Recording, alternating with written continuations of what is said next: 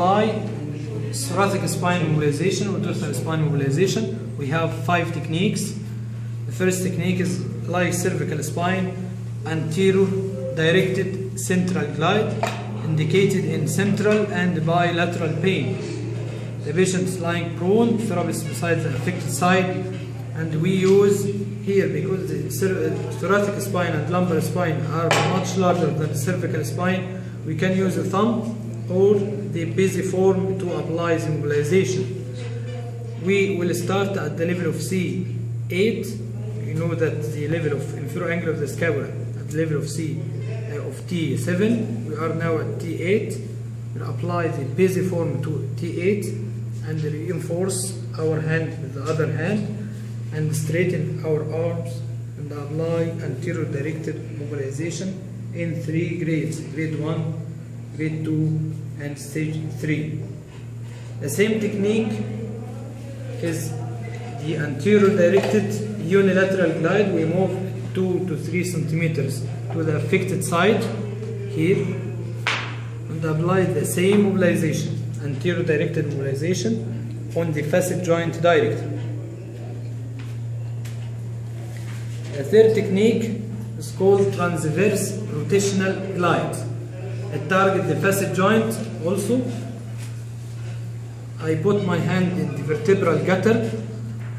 Here is the spinous process, and I put the thumb in the side of the spinous process like this. First and second techniques, we mobilize the cervical, the dorsal spine like this.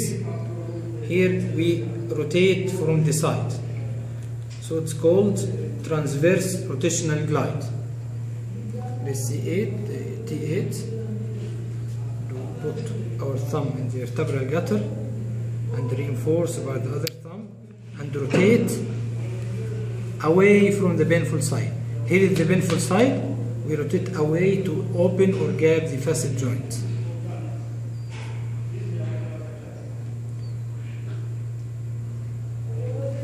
The fourth technique is called anterior directed costovertebral glide. It targets the costovertebral joints.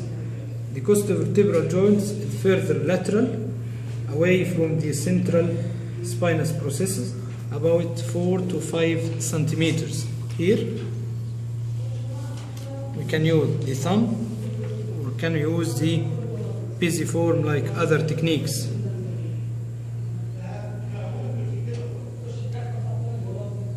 The last technique is called rib mobilization, direct rib mobilization. We know that there are 12 ribs with the 12 dorsal spines. Here is the line representing rib number 8, and you will put the ulnar border of our hand on the rib directly and reinforce that hand with the other hand and apply what's called direct rib mobilization. This technique is targeting the costovertebral joints also. So we have 3 techniques targeting the facet joint and 2 techniques targeting the costovertebral joint.